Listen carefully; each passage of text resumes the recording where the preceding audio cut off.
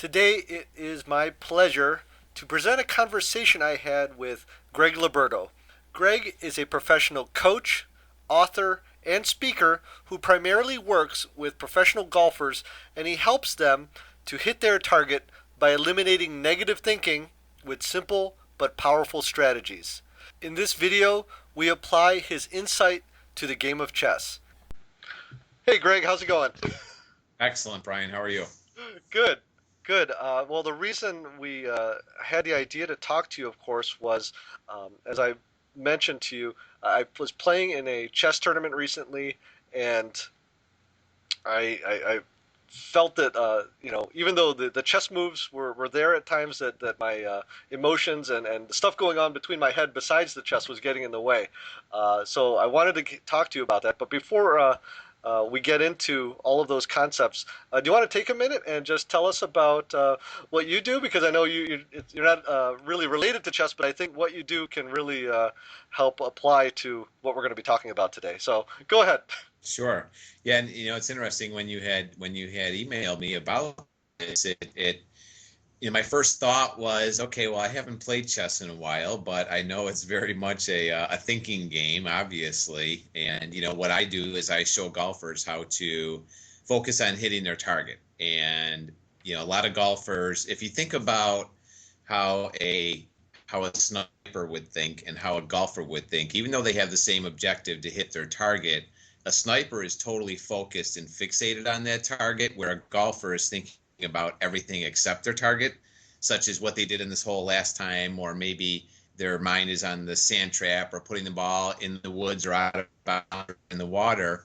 And it just struck me as a very direct comparison to show how dramatically different people can think, even though they have the exact same objective.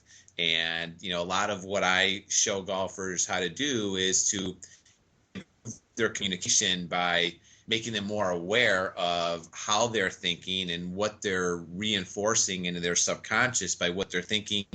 But most importantly, how to eliminate that negative communication, their negative thoughts, their negative thinking. I refer to them as the ants, or the automatic negative thoughts, and really get them focused on their objective, which is to hit their target.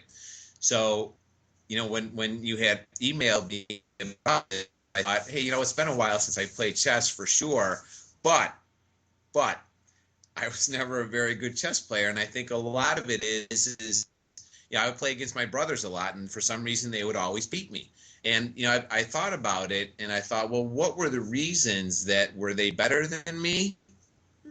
Maybe, maybe not. But I always went in with the wrong mindset, and it wasn't as if I felt I was going to lose against them. But I just went in and I played, and I never had a strategy or never really knew how to get better. I was just trying to win, but I really didn't have any tools to help make that happen. So my approach to the game, while it was probably similar to how an amateur chess player, it was just the wrong approach.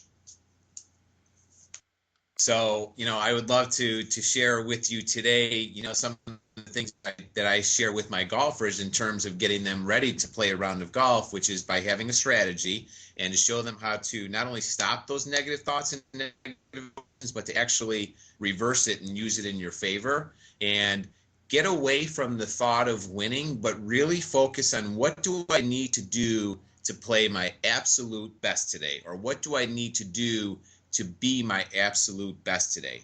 And when you're focused on constantly being the best that you can be, Brian, winning is just it's a byproduct. Okay, so if the emphasis is on winning, it takes you out of your moves. It puts your mind in the wrong place. But most importantly, you're trying to take hold and control something that you don't necessarily have control over. So therefore, it leads to anxiety, stress, frustration, desperation when you're playing chess, and all the wrong thoughts and all the wrong emotions. So I'd love, we can certainly talk about some things that a chess player can incorporate into their game from a strategy perspective, for sure. Absolutely. Oh, this is exactly I think what I was looking for. Actually, more than what I was looking for. Um, why don't you know what? Let me.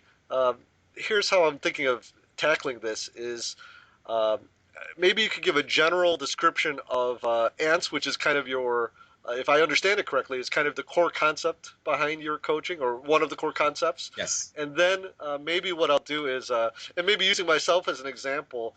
Uh, Kind of give you some of the things that happen or what I think about during the game. And maybe take a minute and just describe what ants are. I know you kind of gave a brief what the acronym stands for, but how it plays. Maybe if you want to give an example from one of your golf clients or whatnot, that'd be great. Sure. Yeah, and I I heard about this acronym of the ants probably about 8 or 10 years ago, and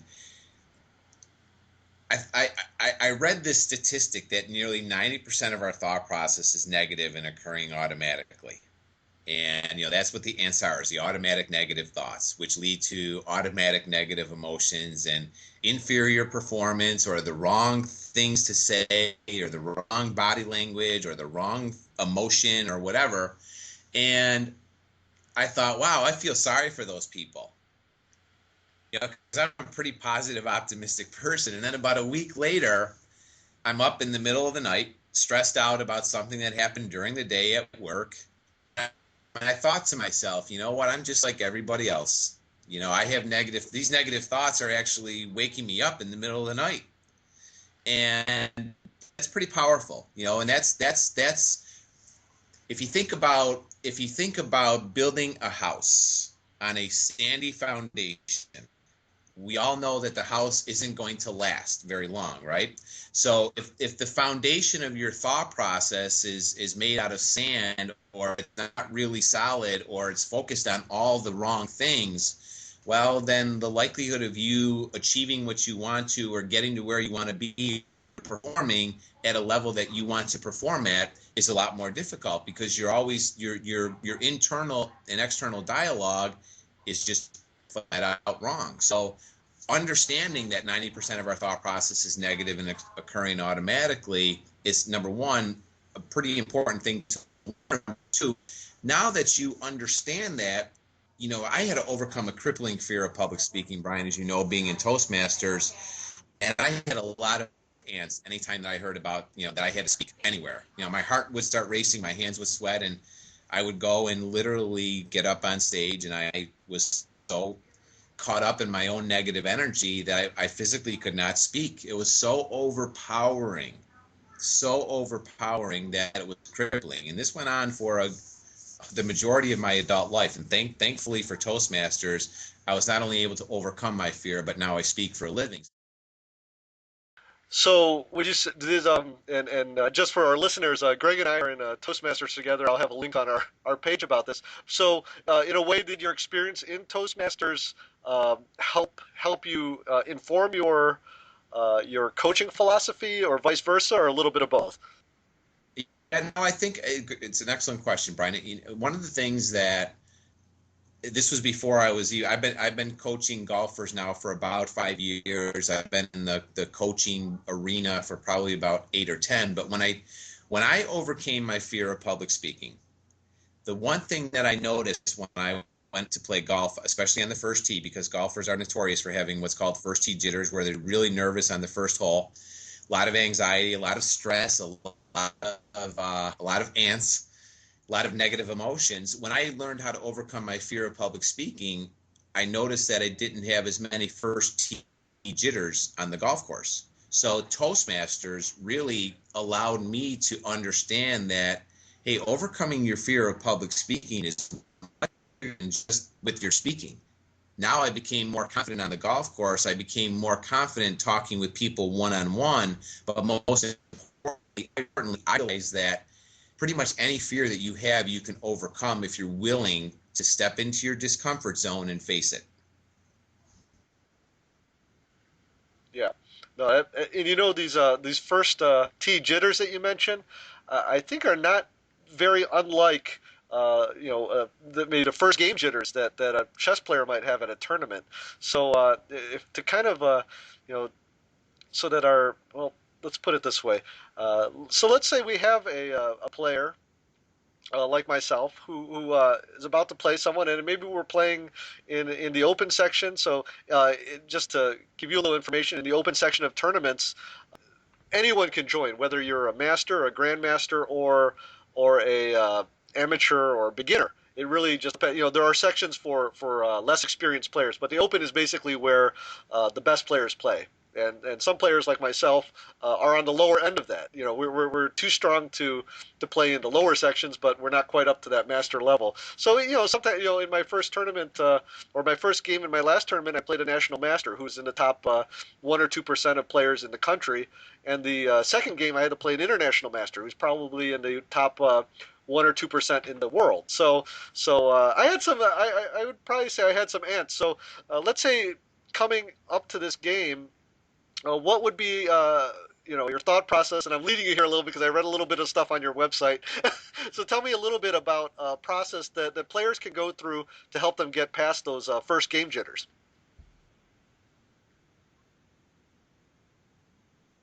Excellent question. But before I answer that, Bryan, I'm just going to throw a question back to you, and just so people can understand that, you know, where you're coming from.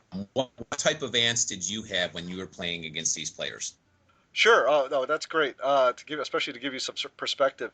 Some of them were just things like, oh, this, you know, this guy obviously knows more than I do, so there's no way I can beat him. And sometimes I would try to give myself some thoughts like, you know, try to think positively, but then the ants would come in.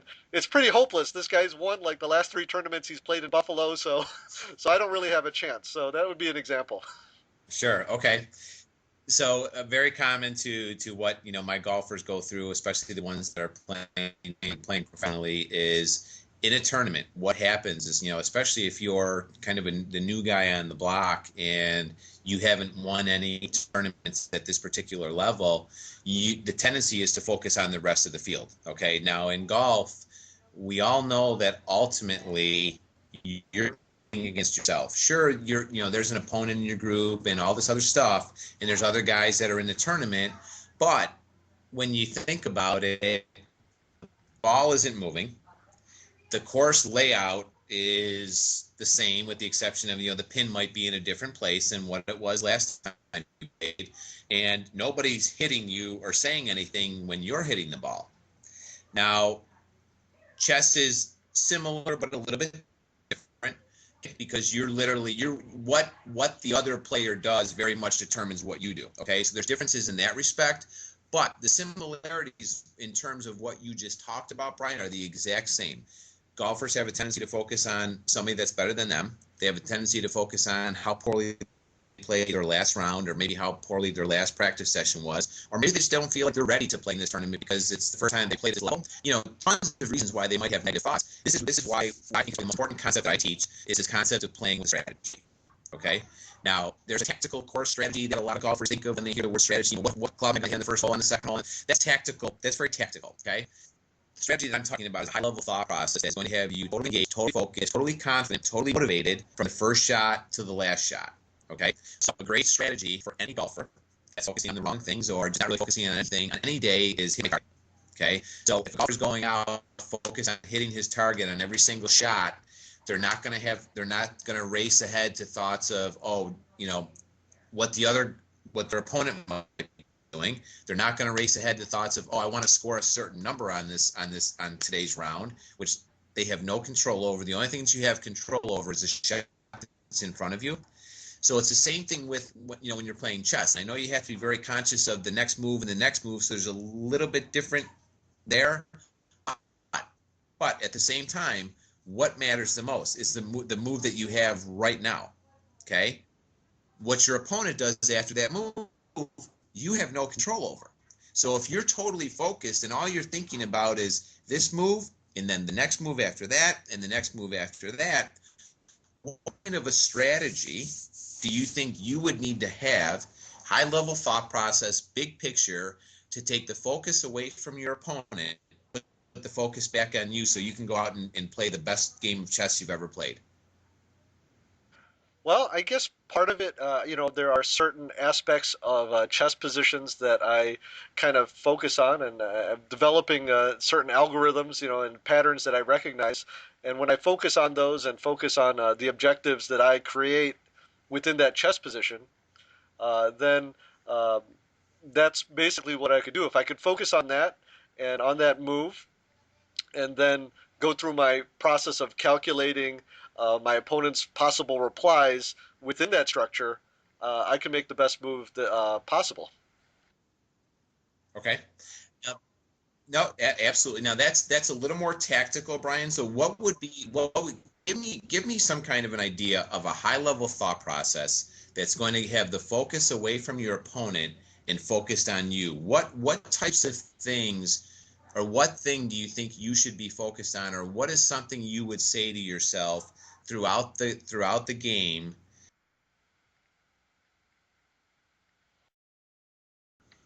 Now, Brian, what you talked about there is a perfect example of simplifying a thought process. So if I'm getting into the game and I'm a novice, I played before, but that was 20, 30 years ago, and I'm going to start picking up the game again, and you explain to me the difference between hope chess and real chess, I understand that. I'm hoping that my opponent is going to make a move that's going to be in my favor.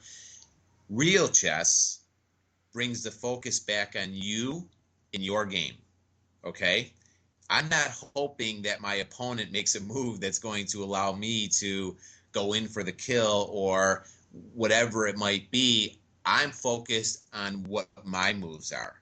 And that simple thought process, Brian, is exactly what I'm talking about in terms of having a high level strategy that you can carry with you from the first move to the last move. Okay. And every time you catch yourself having a negative thought about your opponent, about where the game is, you just say out loud to yourself, real chess, real chess, real chess. This is what I'm playing today. I'm playing real chess. And that's going to remind you that the focus is back on you and you need to focus on making the best move that you can make right now. Because that's all you have control over. Yeah, that makes a lot of sense. It makes a lot of sense, and this concept of real chess. A lot of people in the chess world who are on the internet know a lot about it because it's like I said, another coach has brought it up, but he didn't put it quite in the way that you did. Because what I like about it is that if I can do this, and I remind myself to do this, Yep. especially when I feel these negative thoughts come in, uh, it totally focuses on everything that's in my control because I can't control what my opponent knows, what my opponent plans on doing, and I can only control what I'm thinking, what I plan on doing, and obviously, within the chess game, calculating, possibilities of what he might do, but without worry. Does that is Sure. that a good summary of what I'm getting at? What you're getting at a little bit? Yep. Absolutely, Brian. And just to kind of cap this off and give people some other ideas of a kind of strategy that they can use before their next match is, kind of similar to playing real chess, but a little bit different. A simple strategy could be make my best move. Okay. Another good strategy could be have fun. Okay, because I know I don't care what it is. I don't care if it's chess. I don't care if it's backgammon. I don't care if it's golf. I don't care if it's skiing. It doesn't matter. Whatever it is that you're doing, a lot of people, especially when you play competitively, they forget why they originally started playing this game and what they really love about the game. Okay, so if you go in with the strategy of, hey, you know what, I'm just going to have fun today, it puts you in a completely different place. It takes the stress and anxiety away from the competition, and it just emotionally it puts you in a different place. So a good strategy could be have fun. A good strategy could be make my best move today. A good strategy could be relax. If you have a tendency to get really tense during competition, a good strategy could be relax. So a high level thought process that's going to have you engaged and focused on your move from the first one to the last one.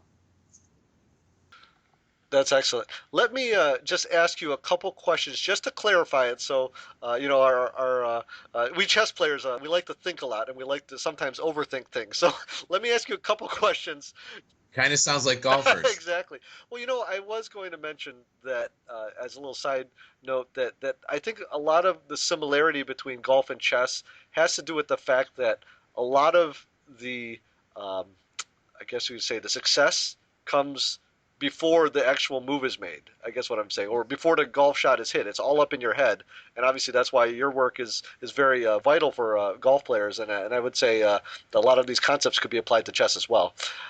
So let me ask you a quick question. So what you're telling us, or what you're helping us to understand, is that we have our different um, game content, I guess you could say. Our opening strategies and our various um, things that are related to the actual chessboard.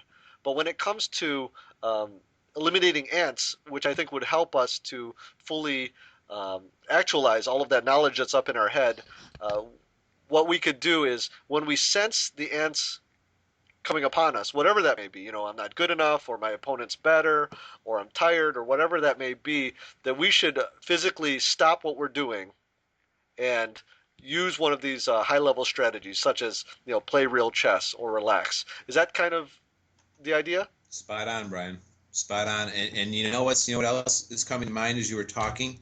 You said there's similarities between chess and golf. You know what a major similarity between chess, there's two of them actually. Two major similarities between chess and golf is you have to play both games one move or one shot at a time, because that's the only thing that matters.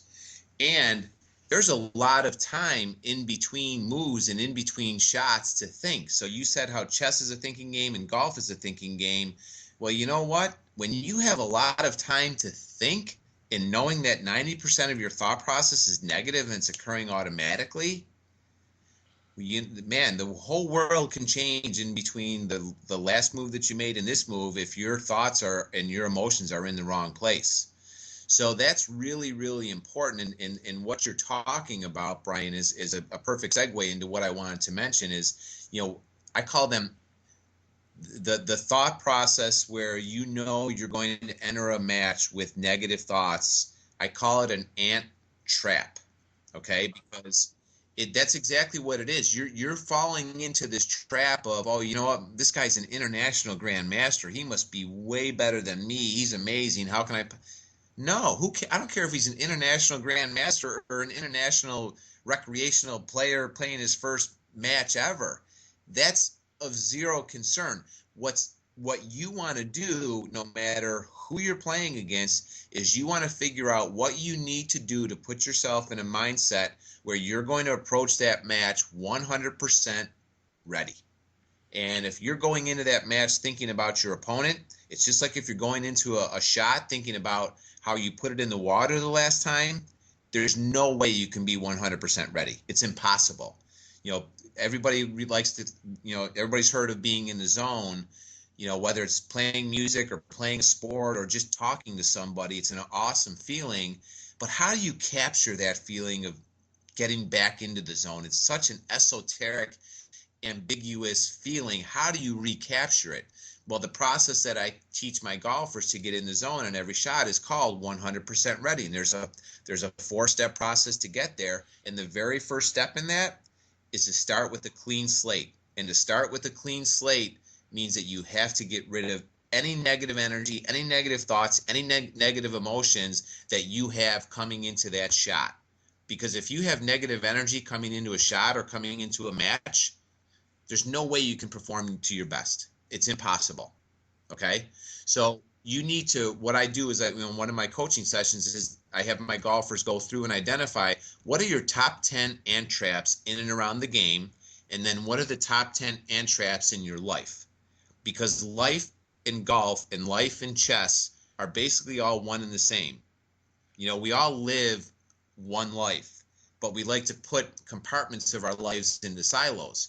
So if you're a great chess player, but you're a really poor tennis player, it doesn't matter, okay, in the grand scheme of things. But the bottom line is what we do is we like to separate everything. But if I'm communicating really effectively when I'm not playing chess or when I'm not playing golf, and then I carry that same high-level communication process into my chess match or into my golf game, the likelihood of me performing at a much higher level goes up exponentially. Okay. So I try and make all of my golfers recognize what are your most top 10 common ant traps on the course, but what are your top 10 ant traps off of the course? This is excellent. I really appreciate that. I think so. Let me just sum this up, and then I want to kind of wrap up because I know your time's valuable, and I really appreciate the time you've spent with us. Plus, you've given us a lot to work on already. Uh, so part of it is not just during the game and identifying that we have the ants and coming up with our high level strategy that we're going to use, but before the game, while we're training or even before then, trying to come up with what's going to trigger these ants. What are these ant traps? Is that the gist of the strategy? Exactly. And I call it putting your ants on high alert. Okay.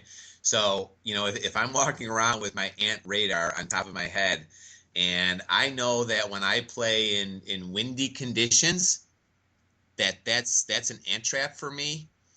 Now let's say I'm going to play in a tournament and I know there's going to be 30-mile-an-hour winds. How do you think my mindset is going to be playing in that tournament? Probably not too good, right?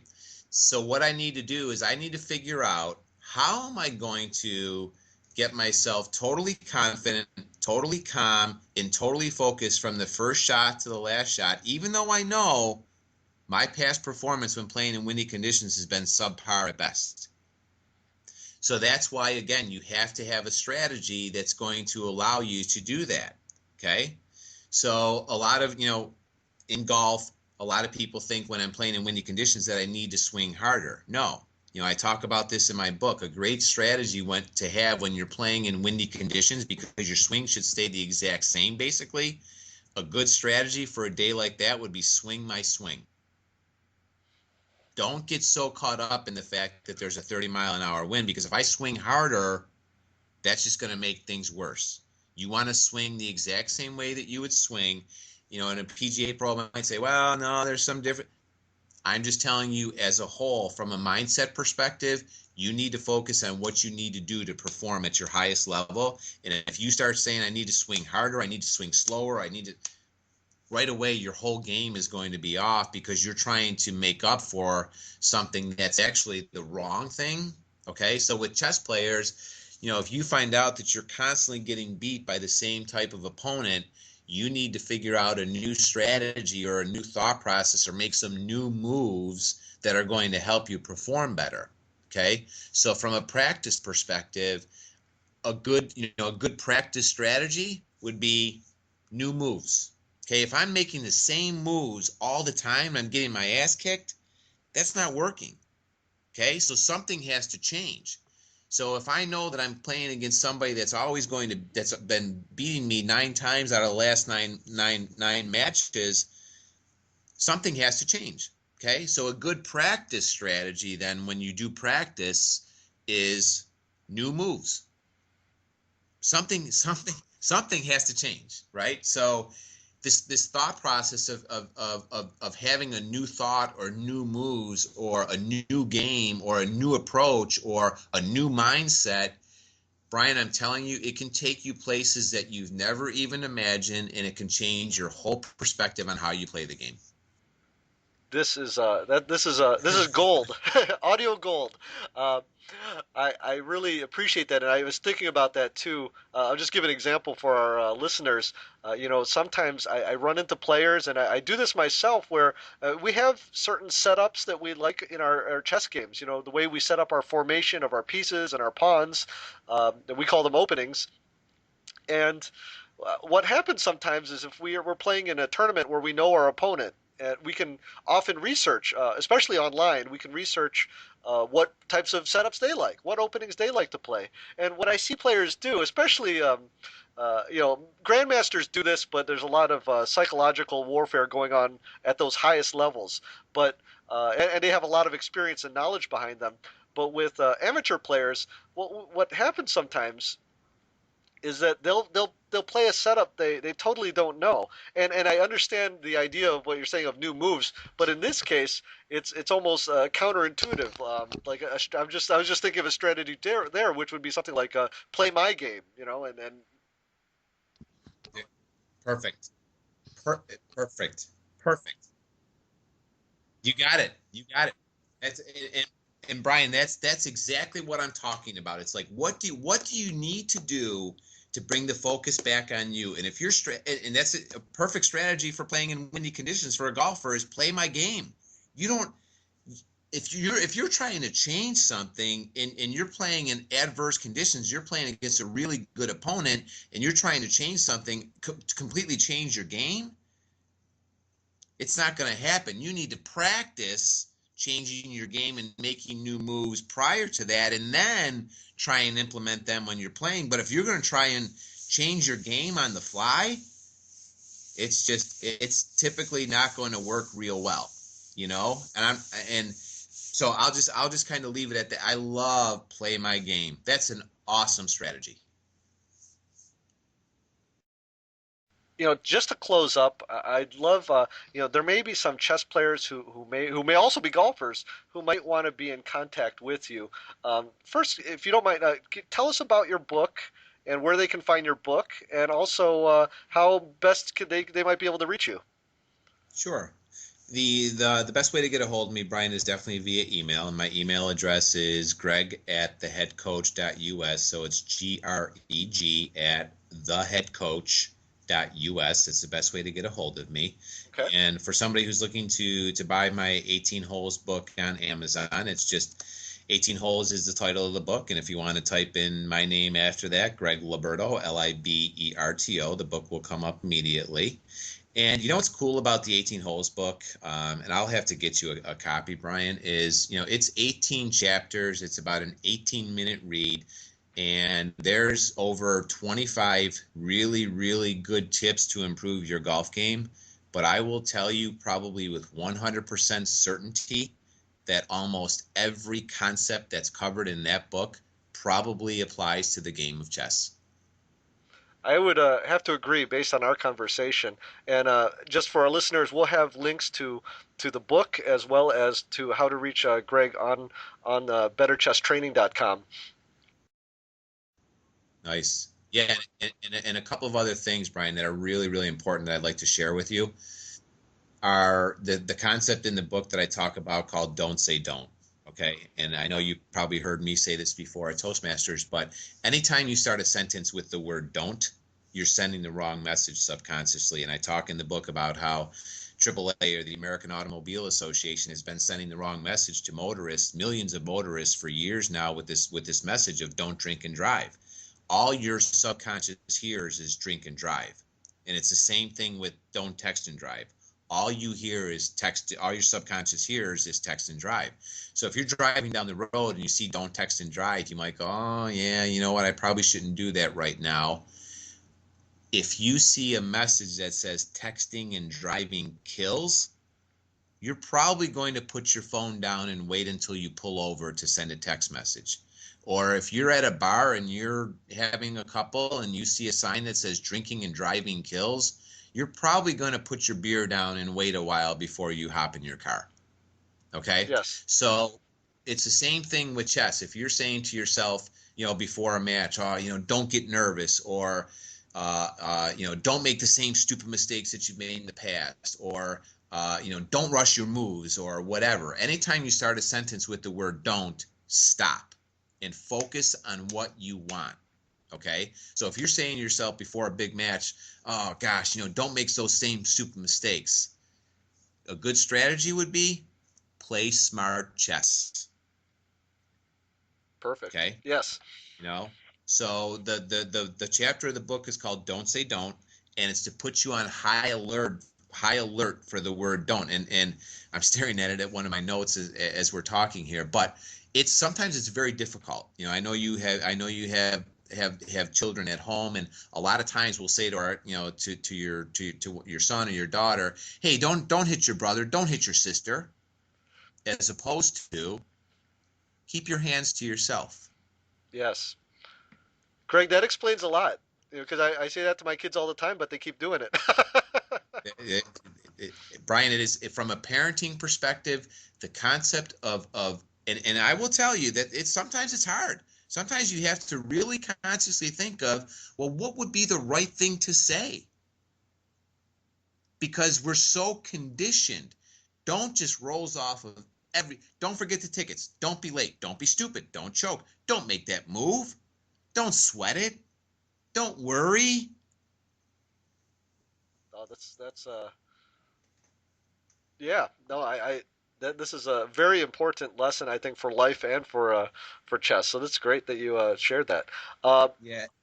And then just one last thing, Bryan, that I want to share that's really important. And again, this is, to kind of round out the circle with my golfers from start to finish is, golfers are notorious, and I don't know how chess players are, but golfers are notorious that, in the 19th hole, when the round is over, to focus on all the negatives. Okay. Now, I just went out and played the best round of my golf. I'm going to go and talk about the bad bounce that I got in 16 off the sprinkler head, the lip out putt that I had on 4, and the guy that sneezed in my backswing on 12. yes, that chess players do that all the time. In fact, we like to analyze moves we made several moves ago, even though we still have moves to make going forward. Okay. So a golfer is notorious for, for people who are listening, for people who've never played the game of golf, it's the objective of the game is to get the ball in the hole as fast as possible. So if you're on the green and you have an 8-foot putt to make a certain score on that hole, and that's the other thing is, don't focus on your score, just focus on putting the ball in the hole as fast as possible. But if you're focused on, making a 3 on that hole and the par for the hole is 4, and then all of a sudden you miss that putt, and then you miss the next one, and now you're thinking, oh man, I might get a 5 here or worse, and then you do it. Now that's called a 3-putt. So it took you 3 putts to put the ball in the hole. You're going to carry that thought of that ant of that 3-putt to the next tee box with you, and all you're going to be focused on is that 3-putt from the previous hole. Now, if you're supposed to be hitting your target, how can you possibly be focused on hitting your target if you're thinking about your 3-putt from the last hole or the previous hole or the hole 5 holes ago or an email from earlier in the day of somebody that pissed you off? You can't. So it goes back to this concept of being 100% ready. So what I teach my golfers at the end of every round is identify 3 positives from your round. Okay? You probably had a great shot on 12. You made an amazing 40-foot putt on 2. And you know what? You had a lot of fun today.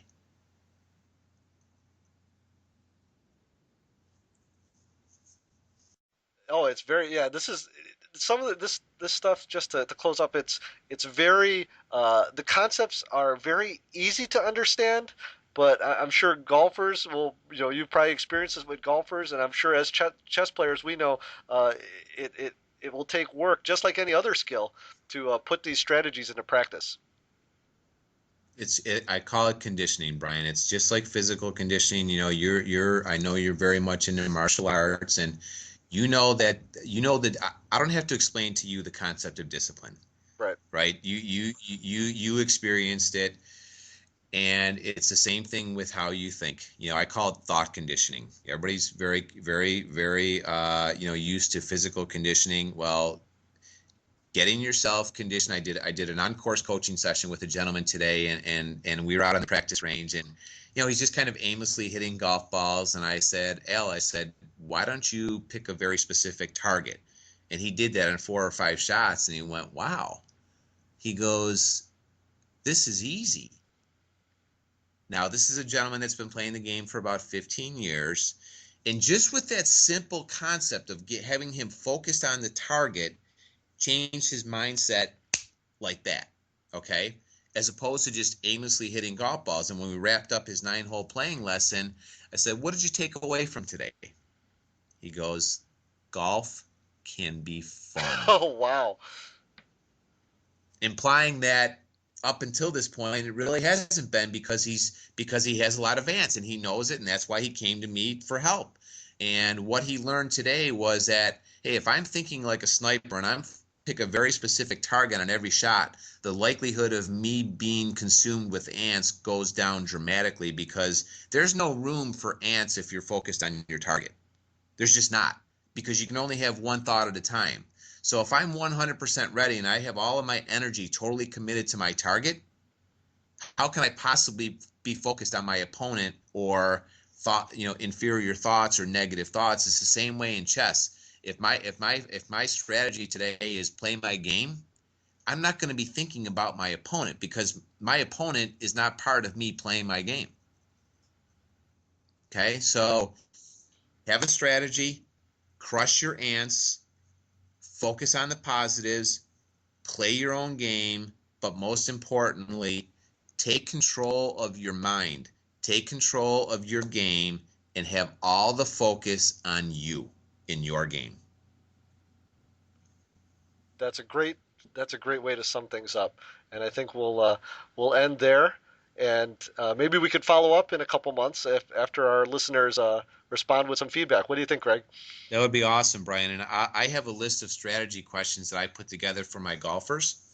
Okay. And I'd be happy to share them with you. I'll just you tell me if they would be applicable to the game of chess. One of the things that I have is what is going to make me totally calm and relaxed today. What will allow me to make this a very enjoyable round of golf or a very very enjoyable game of chess? What do I need to improve on today? What do I love most about this game? How can I have fun today? What will motivate me today? What will improve my chess playing? What will allow me to make this the most enjoyable game of chess I've ever played?